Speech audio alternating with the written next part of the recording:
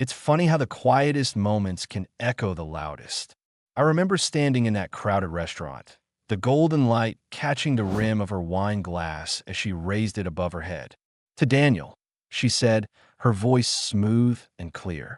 The most dependable man I know, useless at making a mark on the world, but always on time for dinner. The laughter came in waves. First, the polite kind, the soft chuckles people make when they're not sure if it's a joke or a warning. Then the real laughter, the kind that stings because it means they agree. And just like that, my life, my years of quiet loyalty, my endless patience were packaged into a single humiliating punchline. I didn't flinch.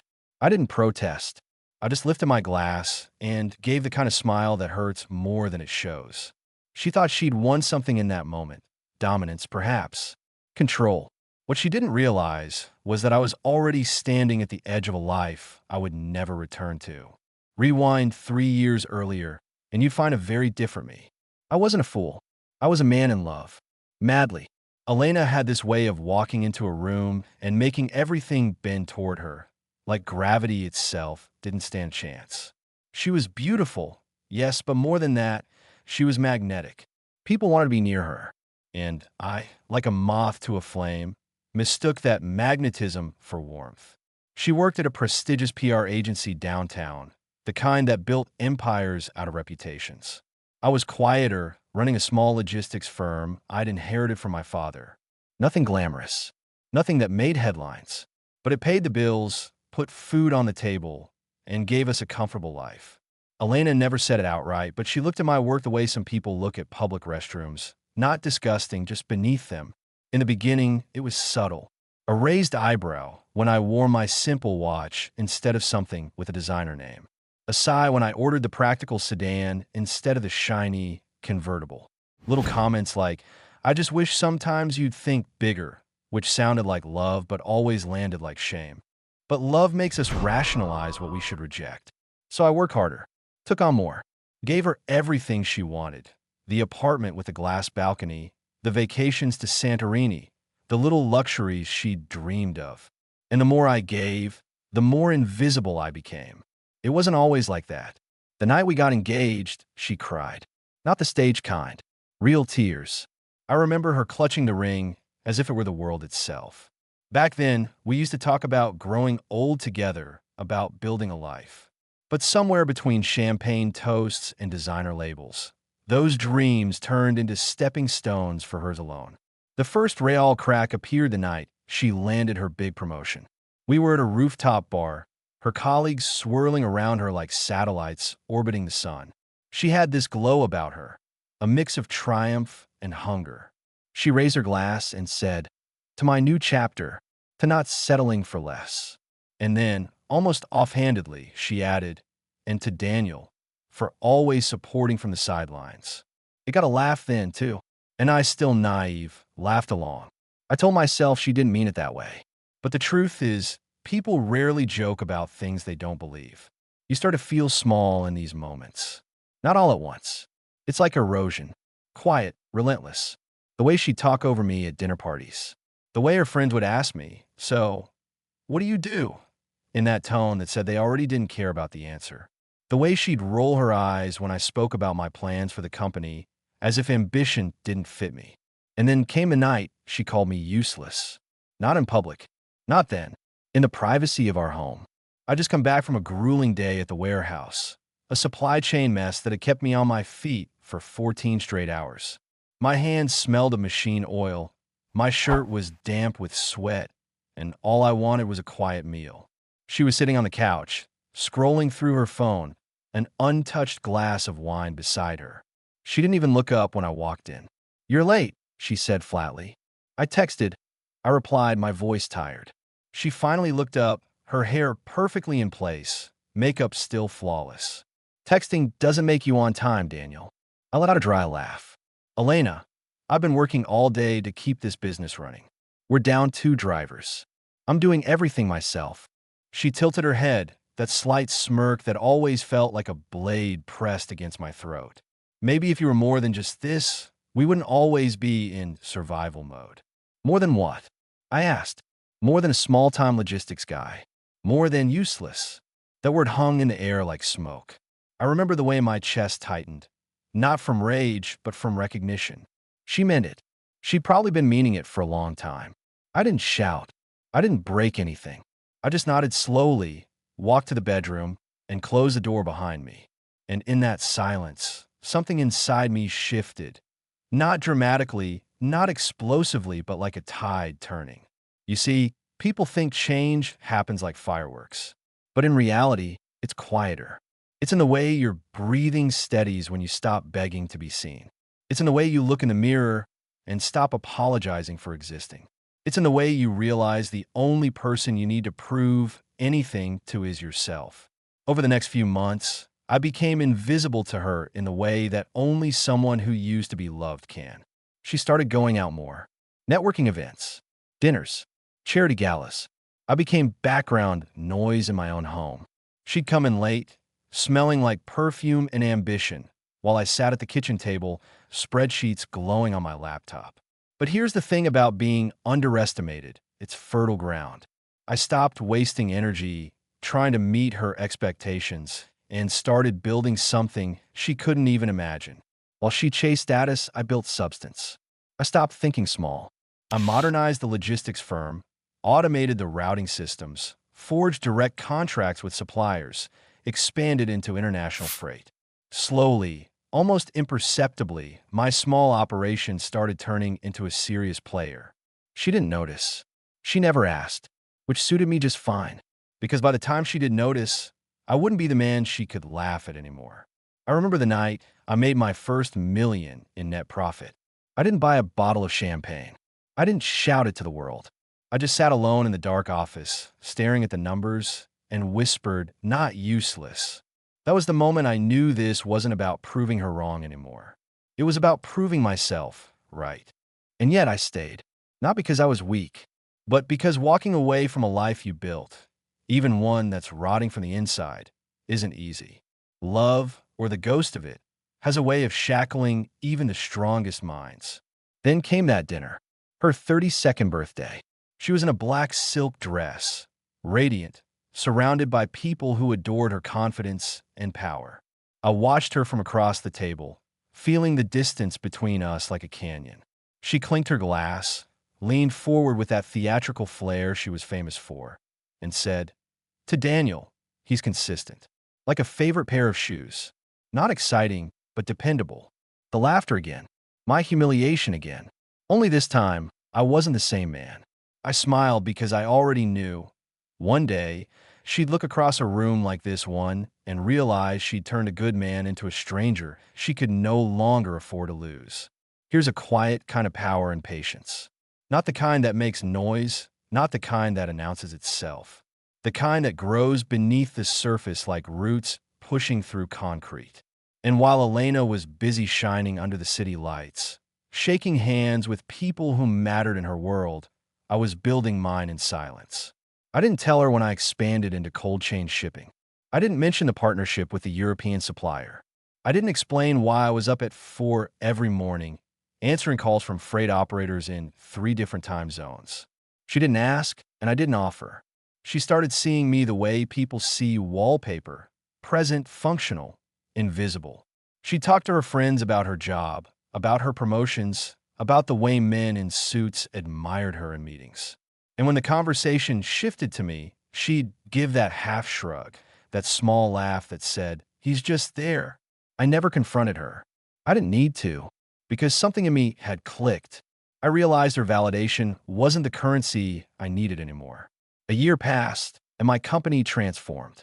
I hired new management, opened 2 more distribution centers, and landed contracts with 3 of the biggest retail chains in the country. What used to be a modest family business was now something people in my industry were whispering about, and I did it without ever raising my voice. Elena didn't notice until the day she finally looked at me, not as a prop, not as background noise, but as a man she couldn't read anymore. It was a Saturday morning, early spring, when I stood in front of the mirror tying my tie for a board meeting. She leaned against the doorway, her silk robe slipping off one shoulder, coffee cup in hand. "Since when do you wear suits on weekends?" she asked. I kept my eyes on the mirror. Since I have meetings that matter. She tilted her head, studying me like I was a stranger who'd walked into her house. You never used to care about suits or meetings. Things change, I said, tightening the knot. That was the first time she didn't have a clever comeback. She just watched me walk out the door, and for the first time in a long time, I felt her gaze follow me like a weight. But this isn't a fairy tale about revenge. It's not about her suddenly realizing my worth and falling to her knees. No, it's slower than that. More real. People like Elena don't shatter all at once. They erode, bit by bit. Her first crack came at a gala she'd been preparing for all month. She spent hours getting ready, hair done, gown tailored, her heels gleaming under the chandelier. It was a charity event hosted by a firm she'd been dying to impress. She used to drag me to these things like a prop, something neat to stand beside her while she sparkled. But that night, things were different. I told her I couldn't come. Not because I wanted to hurt her, because I had a dinner meeting with investors from Tokyo. She laughed when I said it, the way she always did when she thought I was bluffing. Daniel, she said, adjusting her necklace in the mirror, it's cute that you're trying to sound busy, but this is important. It's the Prescott Foundation. Everyone who matters will be there. Then you'll fit right in, I said evenly. I'll see you when you get back. She frowned. You're serious? Yes. And I went, not to the gala, but to the meeting. It went well, better than well. It secured our expansion into Asia. When I came home, the house was silent. She was already in bed, pretending to be asleep. But I could feel it in the air. Something had shifted. She wasn't used to me saying no. She wasn't used to me existing outside the orbit of her life. The second crack came a few weeks later at a dinner with her friends.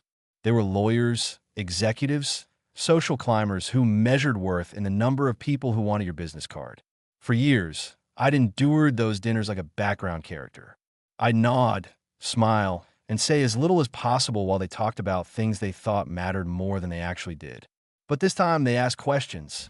So, Daniel, one of them said between sips of Pinot Noir, Elena mentioned you've been traveling a lot lately.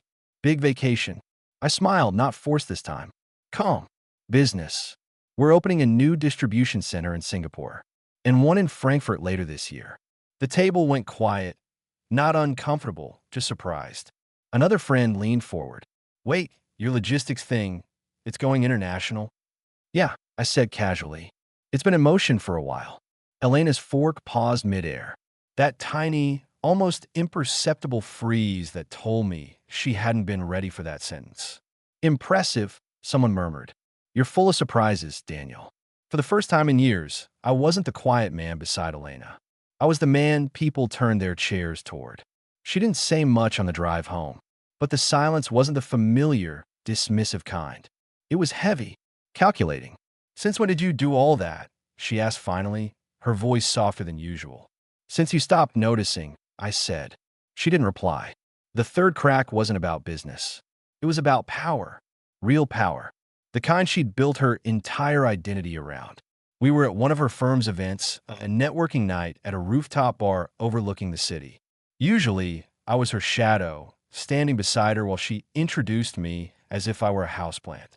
But this time, something else happened.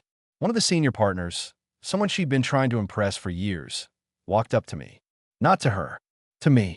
He shook my hand firmly and said, I heard about the expansion. Congratulations. That's huge. She blinked, caught off guard. You know Daniel? She asked. The man laughed. Everyone in logistics knows about him right now. He's making waves. Smart moves. Very smart. And then he turned back to me to talk about shipping corridors and capital flows while Elena stood beside us, smiling too tightly. On the ride home, she didn't speak. Neither did I. But when we walked through the door, she turned to me and said quietly, almost carefully, You've changed. I met her eyes without flinching. No, you just started looking. It wasn't triumph I felt. It wasn't even satisfaction. It was something quieter, a kind of liberation. Because in that moment, I realized her approval didn't matter anymore. I didn't need her applause to know my worth. Of course, when people like Elena feel control slipping through their fingers, they don't let go gracefully. She started doing things she'd never done before. She asked questions. Where are you going tonight? Who was on the call? Why didn't you tell me about the Frankfurt deal? She'd smile when she asked, but there was tension beneath it. One evening, she came home early and found me on a call with my legal team. I was finalizing paperwork for a holding company, clean, structured, separate from everything we'd built together. She leaned against the doorframe and said, "You sound different." "Do I?" I asked, typing. "Like someone important," she said. "Like someone I don't know." I closed the laptop slowly. "Maybe you never did." She didn't like that answer. Not because it was cruel, but because it was true. The distance between us grew, not loud, not violent, but vast. She tried to pull me back with the same tools she'd always used: charm, sharp wit, soft apologies coated in sarcasm. But they didn't work anymore. Because you can't manipulate someone who's no longer trying to be chosen. And in that distance, I found myself again. The version of me that didn't need to be small so she could feel big. One night, she stood in front of me in our living room, the city lights spilling through the glass. Behind her, "Daniel," she said softly, "I don't know what's happening to us." I looked at her, really looked at her. The woman I'd once loved so fiercely. "Nothing's happening to us, Elena," I said. "You're just realizing you can't keep me where you left me." And that was the beginning of the end for her illusion of control. The weeks that followed felt like standing on the edge of a cliff, except this time, I wasn't afraid of the fall. I'd lived in the shadow of someone else's ambition for so long that when the weight finally lifted, the silence felt like oxygen. I started spending less time at home and more time in places that belonged to me: boardrooms, airports, quiet hotel suites where deals were sealed with handshakes and confidence. I stopped checking to see if she noticed. I already knew she did. Elena wasn't used to being the one left behind. She'd spent years setting the pace, convinced I would always trail a step behind, quiet and dependable. Now, the rhythm had changed. She'd call me at 6 p.m., expecting the usual "I'm on my way," but my answer became, "I'm in Singapore," or "I have dinner with investors," or sometimes nothing at all. For years, she'd been the storm and I'd been the stillness. Now, I was the silence she couldn't control. It started showing in the smallest ways. The way her voice trembled when she said, "I thought we'd have dinner together tonight." The way she lingered in doorways when I got ready to leave. The way she tried to catch my eyes at events where she was no longer the brightest star in the room. The real turning point came the night of the Redwood Foundation Gala. It was the kind of night Elena used to live for: velvet gowns, soft music, powerful people shaking hand with powerful people. Except this time, she wasn't the center of the universe. I walked into that gala in a tailored black suit, crisp white shirt, no tie. Confident. I didn't need to speak loudly. My name had already traveled farther than I had. I didn't come with her. I arrived alone. That detail mattered. The moment I stepped in, people approached me. Not her. Me.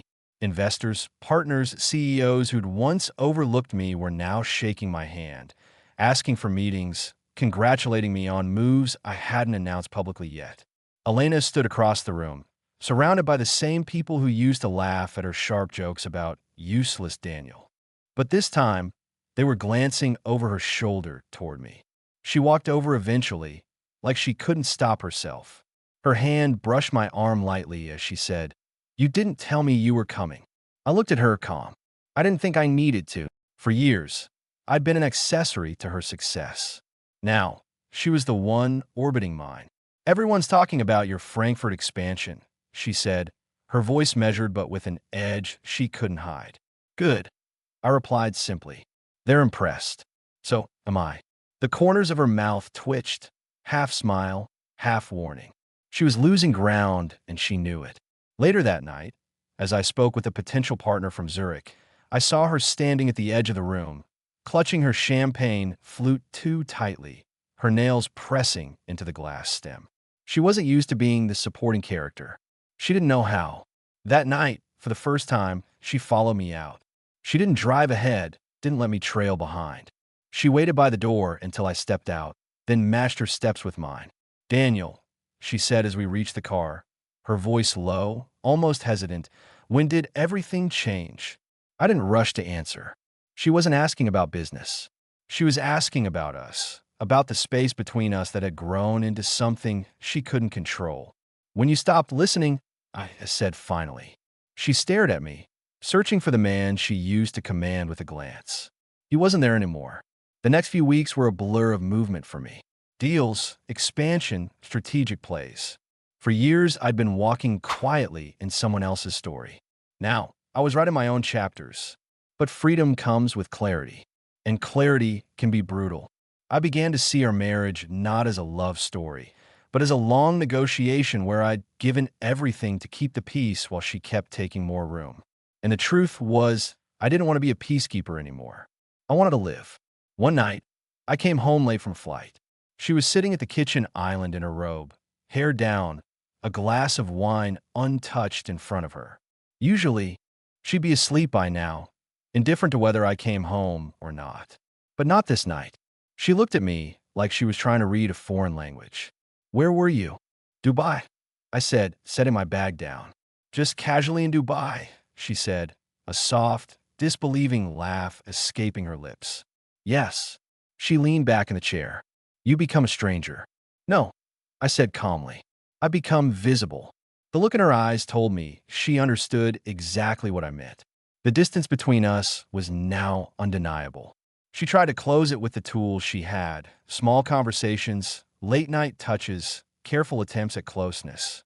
But those things only work when there's respect underneath them. And respect, once broken, doesn't rebuild overnight. Then came a phone call that shifted everything again. It was a Friday afternoon when my attorney told me the acquisition offer from a major European conglomerate had come through. It was bigger than anything I'd ever imagined. Life-changing. If I accepted, it would place me on the map globally. It would also give me the kind of leverage I'd never had before, not just in business, but in life. That evening, I told Elena I needed to talk. She was seated at her vanity, putting on earrings before another firm dinner. When she looked at me through the mirror, I saw a flicker of something. Maybe nerves, maybe recognition of what was coming. "I got an offer," I said. "For what?" "The company. Full acquisition. It's substantial." She turned slowly, finally giving me her full attention. "How substantial?" "Enough that I'd never have to explain myself to anyone again." Her eyes widened just slightly, the way someone reacts when the ground beneath them shifts without warning. "That's incredible," she said carefully. "What are you going to do?" "I haven't decided." "You should," she said quickly. "This could change everything." I smiled slightly. "It already has." That night, she didn't go to her firm dinner. She stayed home, hovering around me like a satellite desperately trying to stay in orbit. She poured us wine, asked about the offer, asked about the future. Our future. "Our future," she said, like it was still something she owned. But something in her voice had changed. She wasn't the woman who mocked me at dinner parties anymore. She was a woman who had finally realized that the man she'd underestimated had outgrown the space she'd built for him. She started remembering the anniversary trips I'd planned, the quiet nights I'd spent fixing what she didn't even notice was broken, the loyalty she'd mistaken for weakness. She started remembering too late. I watched her, and for the first time in years, I felt nothing sharp, nothing bitter. Just a deep, quiet distance. A week later, the boardroom was mine. The papers were signed. The company was sold for a number so large even saying it out loud felt surreal. Years of work, years of quiet effort, years of being invisible. And now, everything was mine. She threw a dinner to celebrate. Not because it was her win, but because that's who she was. She always knew how to wrap herself around success like silk around flame. But this time, she couldn't shape the narrative.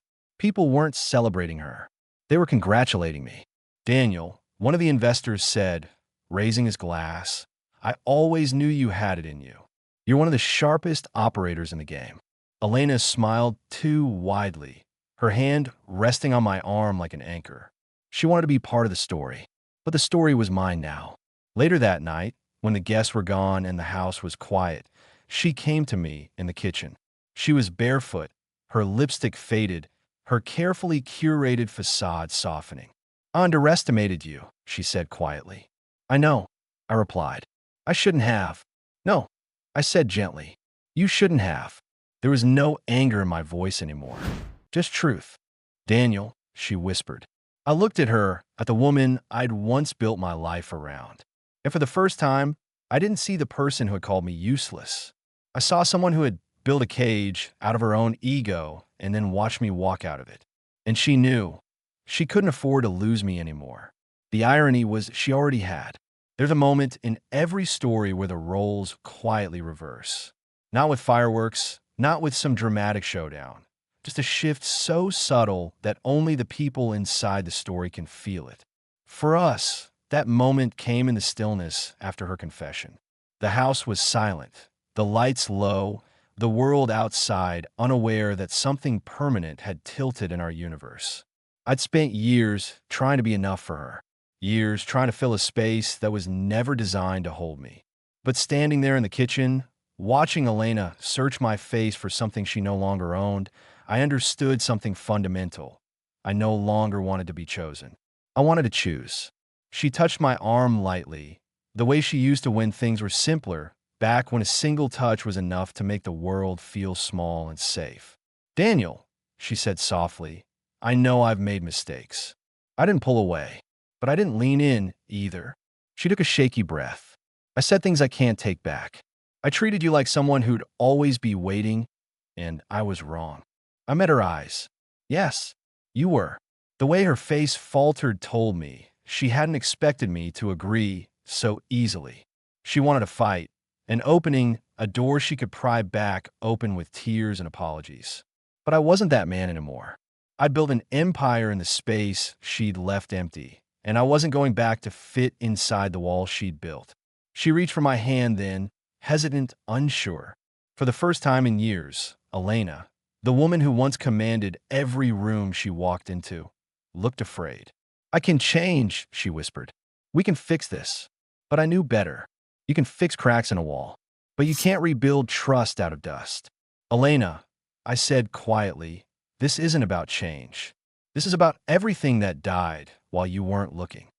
She blinked, and I saw it. The flicker of panic she tried to bury. For years, she had believed I'd always be there. Because I always was. Dependable. Predictable. Safe. But what happens when the safe harbor sets sail? The next morning, I left early. No explanations. Just like she used to. My calendar was full. Meetings with architects for a new investment property. Lunches with people who once looked through me and now leaned in when I spoke. Freedom has a strange way of expanding your world when you finally stop living in someone else's shadow. The text started soon after. Where are you? Can we talk tonight? I miss you. 3 words she'd never said like that before. At first, I didn't respond. It wasn't cruelty. It was clarity. A week later, she asked to meet for dinner. I agreed, not because I was holding on, but because I wanted to look her in the eyes one last time without the weight of what used to be. The restaurant was the same one where she'd once raised a glass and laughed at me in front of everyone. Funny how the places that wound, you can also be the places where you finally close the wound. She was already seated when I arrived, wearing that black silk dress she used to reserve for the nights she wanted to turn heads. But her posture was different now. Not triumphant. Nervous. She stood when she saw me, a soft smile on her lips. Daniel. Elena. We sat. The waiter came. She ordered wine. I ordered water. There was a time when her presence could fill an entire room for me.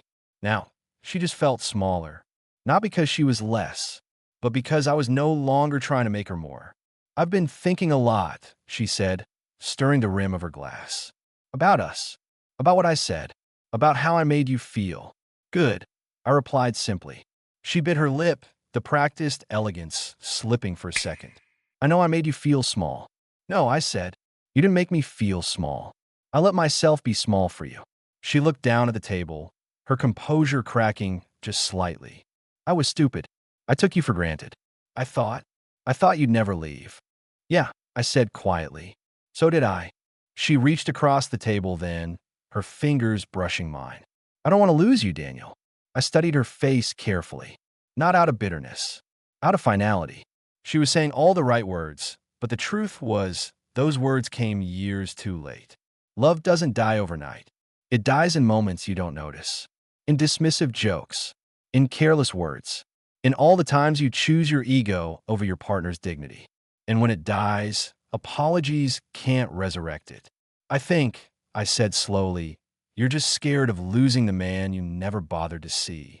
Her hand froze halfway between us. Elena, I continued, my voice steady. For years, I was waiting for you to choose me. And then I realized I don't need to be chosen by someone who only looks at me when the lights turn on me. She tried to speak, but I raised a hand gently, not to silence her, but to protect the moment. This isn't revenge. This isn't about punishing you. This is just me finally walking out a story I didn't write. Her lips trembled. She wasn't the woman who made the jokes anymore. She wasn't the woman who raised the glass. She was just Elena, a human being who had finally collided with her own reflection. She whispered, I love you. I nodded slowly. I loved you too. Past tense. The most honest thing I'd said to her in years. She looked at me, then like she understood every word I didn't say. I wasn't coming back. Not to this table. Not to the man she remembered. Not to the version of me that bent to fit her world. That night, after we parted, she texted me long messages. Promises. Memories. The digital version of holding on to a ghost. I read them. I didn't reply. Because closure isn't always loud. Sometimes it's just silence. After that dinner, I started building the next chapter of my life in earnest. A new company. A new home.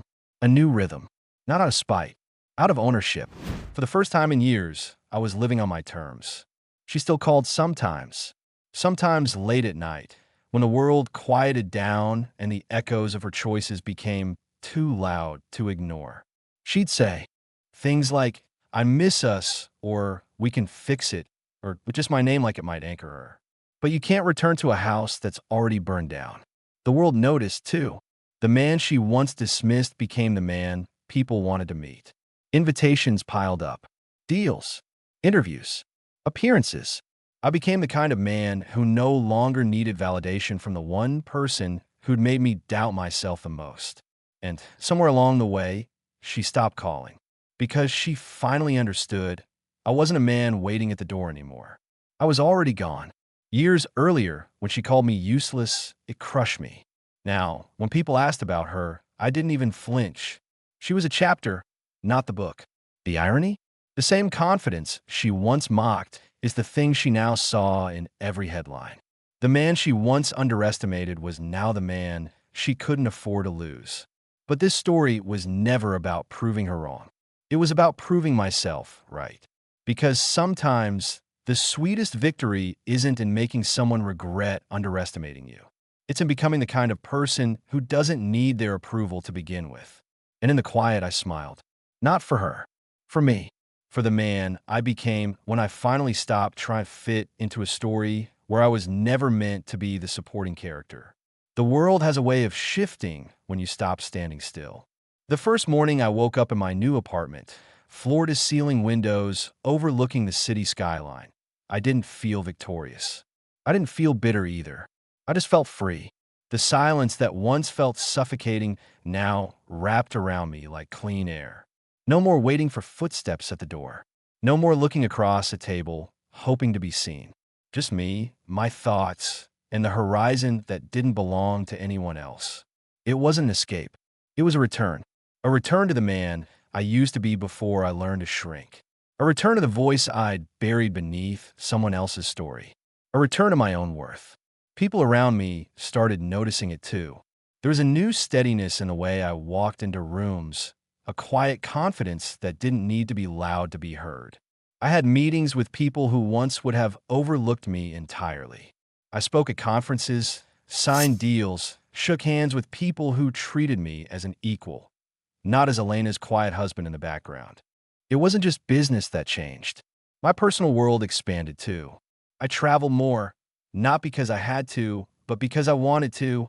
I went to places I'd once only seen in magazines, sat by oceans where the water moved in rhythms I could finally hear. I met people who looked at me not as an accessory, but as a man with his own orbit. Elena heard about all of it. Of course she did. In her world, news travels fast, especially when the story involves someone she used to control. I wasn't petty, but I didn't hide, either. I let my success breathe. I let it live out loud. The first time she called after months of silence, I was sitting at a cafe in Florence, sipping espresso as the sun draped itself across the cobblestones. My phone buzzed, and when I saw her name, I didn't feel that familiar sting anymore. I just felt calm. Daniel, she said when I answered. Her voice was softer, like it had traveled through miles of regret. I didn't know if you'd pick up. I almost didn't, I said honestly. There was a pause. I could almost hear her breathing, searching for the right words. I've been thinking about everything, she said finally. About us. About me. About what I threw away.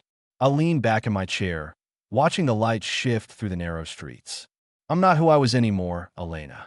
I know, she whispered. I see you everywhere. People talk about you. They admire you. And all I can think is, I was too blind to see what I had. I didn't say anything. Sometimes silence speaks more than any words could. She continued, voice trembling. I called you useless, Daniel. God, I said that. And now I look at you, and you've become everything I claimed you weren't. That sentence didn't sting anymore. It didn't land like a knife. It simply drifted past me, like smoke through open air, because I didn't need her to understand my worth. I already did. Elena, I said gently, you didn't break me when you said that. You just taught me who I could never be with again. She tried to speak, but her voice cracked.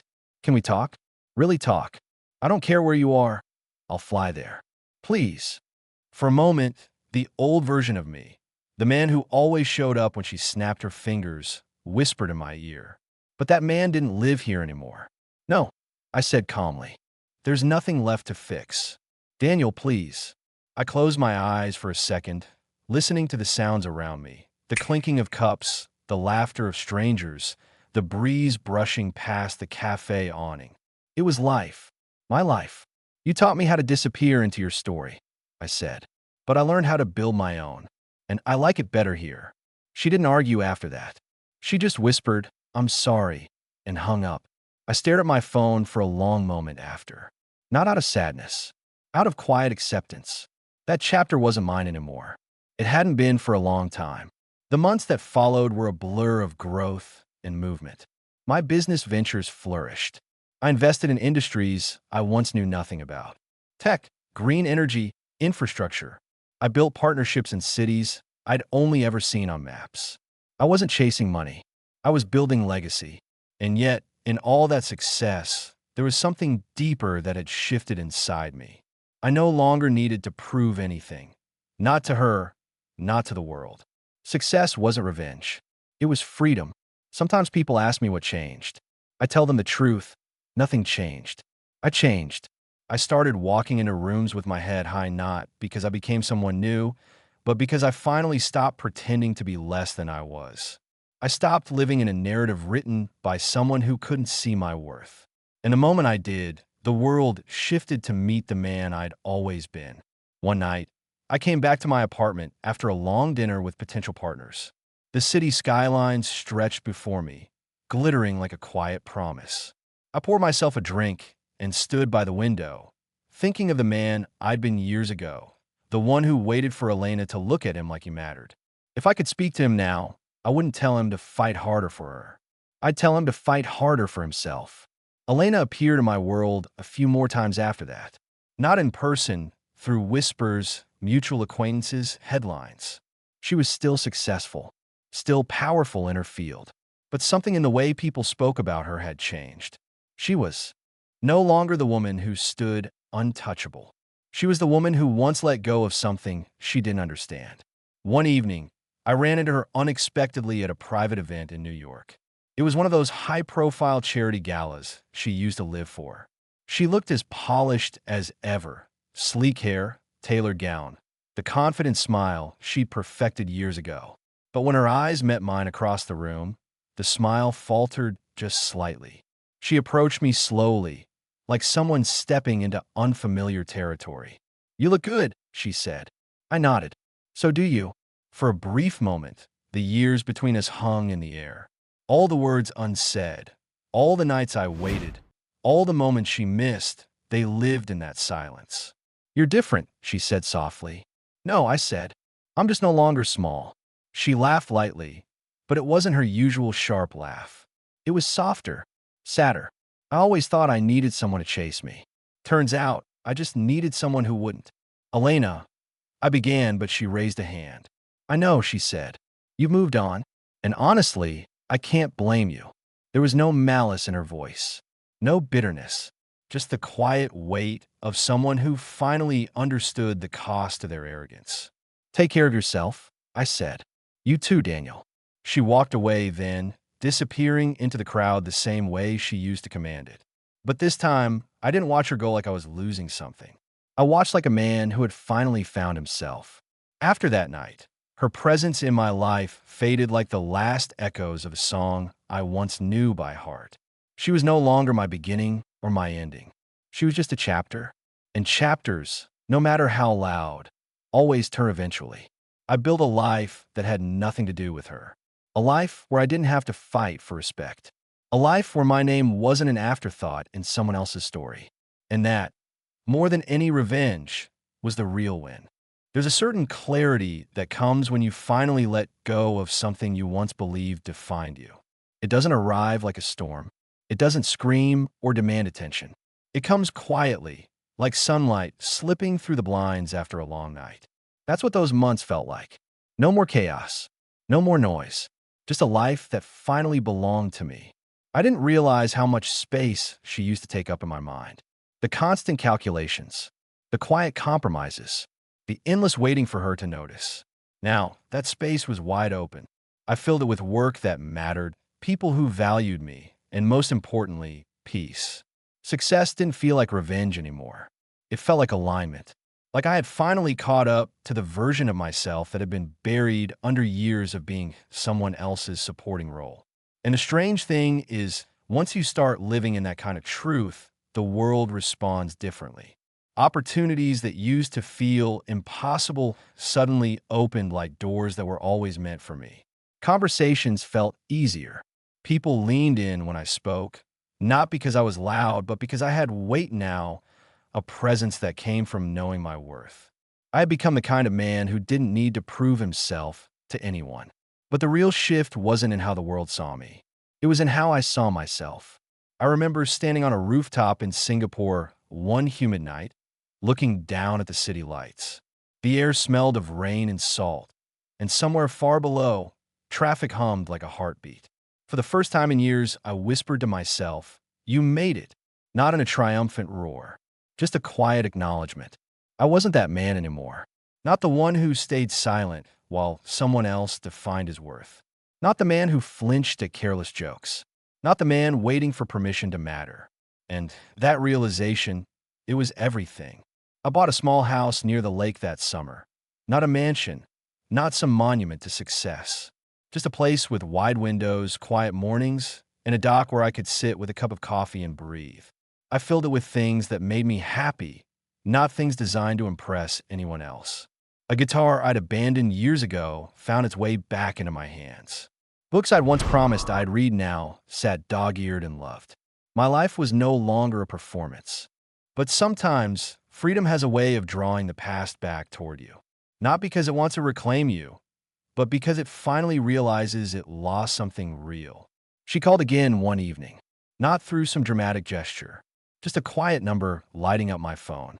I almost ignored it, but something in me, the calm version of me, not the weak one, answered. "Daniel," she said, and her voice carried something I hadn't heard before. Humility. "Elena, can we talk?" I was on the dock, barefoot, the sky painted in bruised shades of purple and gold. "We're talking," I said. She took a shaky breath. "I saw the article today about your foundation, the scholarships, the logistics incubator you're building overseas. You're doing things that matter." I didn't answer. She continued, her voice cracking just slightly. "When I called you useless, I thought I was saying something true. I thought I was the one with the vision. But it turns out, I just couldn't see past myself." The air around me stayed still, the water lapping softly against the dock. It was strange, hearing the words I'd once begged her to say.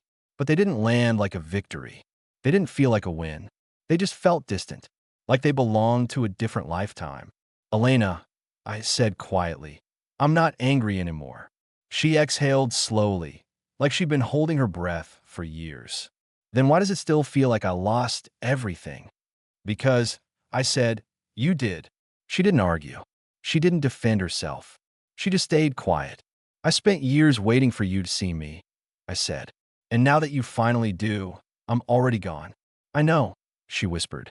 There was no grand monologue, no begging, no dramatic music swelling in the background. Just two people standing on opposite sides of a story that had already ended. She finally said, I hope whoever gets to stand next to you now knows what she has. Me too, I said simply. That was the last time she called. After that, my life moved forward without looking back. I didn't need to flaunt my success to anyone, not even to the ghost of the woman who once tried to make me feel small. Because real strength isn't loud. It doesn't need to be. I started mentoring young entrepreneurs, especially people who were told they weren't enough. I told them what I wish someone had told me, that being underestimated can be the best gift in disguise, because while they're laughing, you're building. Sometimes people ask me why I never went back, why I didn't give her another chance. They didn't understand that what died wasn't just love. It was trust. It was the version of me that used to shrink so someone else could shine. And that version of me isn't coming back. Years passed, and her name became a distant echo. Not a wound, not even a scar. Just a quiet name in a chapter one no longer reread. I learned to love again, not with the desperation of needing to be seen, but with the quiet certainty of already knowing my worth. When someone new looked at me, they didn't see a man standing in someone else's shadow. They saw a man standing on his own 2 feet. And that was everything. One evening, as the sun dipped low over the lake, I stood there barefoot, watching the water ripple. I thought about the night she'd call me useless, how it felt like the end of everything.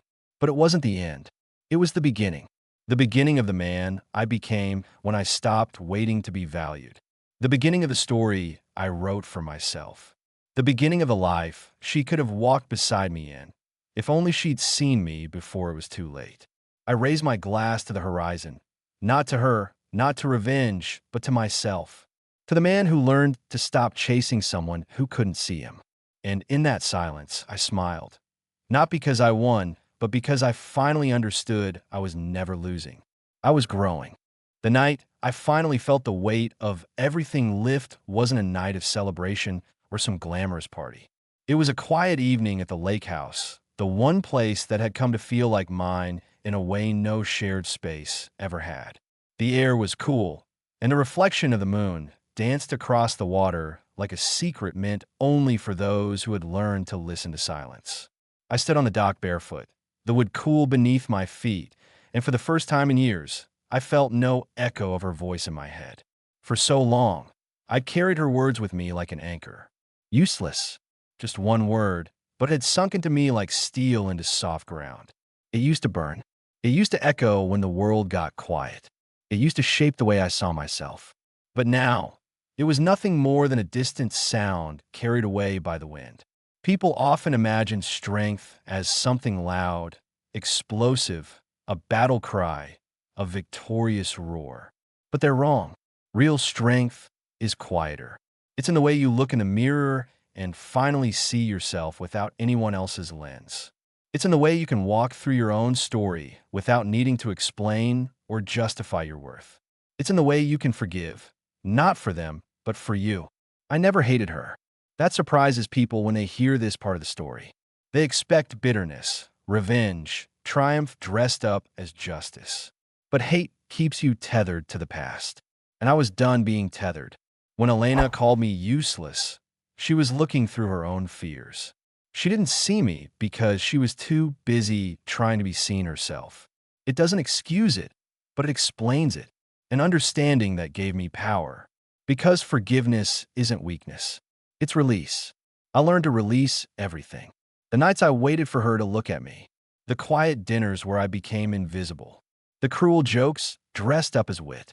The way she used my silence as proof of my insignificance. I let it all go. Because in the end, the man she couldn't afford to lose wasn't built out of anger. He was built out of every quiet night I spent choosing myself when no one else did. He was built out of the strength I found when no applause came, out of the patience that grew into power. When people ask me now what changed, I tell them this. I stopped trying to make someone else see me, and I started seeing myself. She exists somewhere out there, living her life, making choices, carrying her own reflections. Maybe she still thinks of me sometimes, not as the man she mocked, but as the man who walked away. And maybe in her quietest moments, she understands the weight of what she lost. But that's her story, not mine. Mine is about building a life that doesn't shrink to fit anyone else's expectations. A life filled with quiet power, with rooms that echo with laughter that isn't forced. A life where I never again wait for permission to be enough. I no longer measure my worth against someone else's ability to see it. I no longer mistake being dependable for being disposable. I no longer confuse love with tolerance. If there's one thing I'd tell the version of me who once stood at that restaurant table, smiling through humiliation, it's this: you are not small. And if I could tell anyone who's ever been made to feel like I once did, it would be this: let them underestimate you. Let them laugh. Let them cast you as the background character in their story. Because while they're busy looking down on you, you'll be quietly building something they can't touch. And one day, when they finally look up, they'll realize the person they tried to make small has become everything they can't ignore. That's the beauty of being underestimated. It doesn't define you. It frees you to define yourself. I stood on that dock until the night melted into the early light of dawn. The world was silent except for the soft ripple of the lake and the steady beat of my own heart. I'd been through hell, not a loud, fiery hell, but a quiet, aching one. The kind where your soul learns to whisper before it learns to roar. But now I was on the other side, stronger, clearer, untouchable. And as the first rays of sun broke over the water, I whispered the truth I now carried like armor. I was never useless. I turned, walked back toward my house, and closed the door behind me. Not on the past, not on her, but on the last piece of me that ever needed her to see my worth.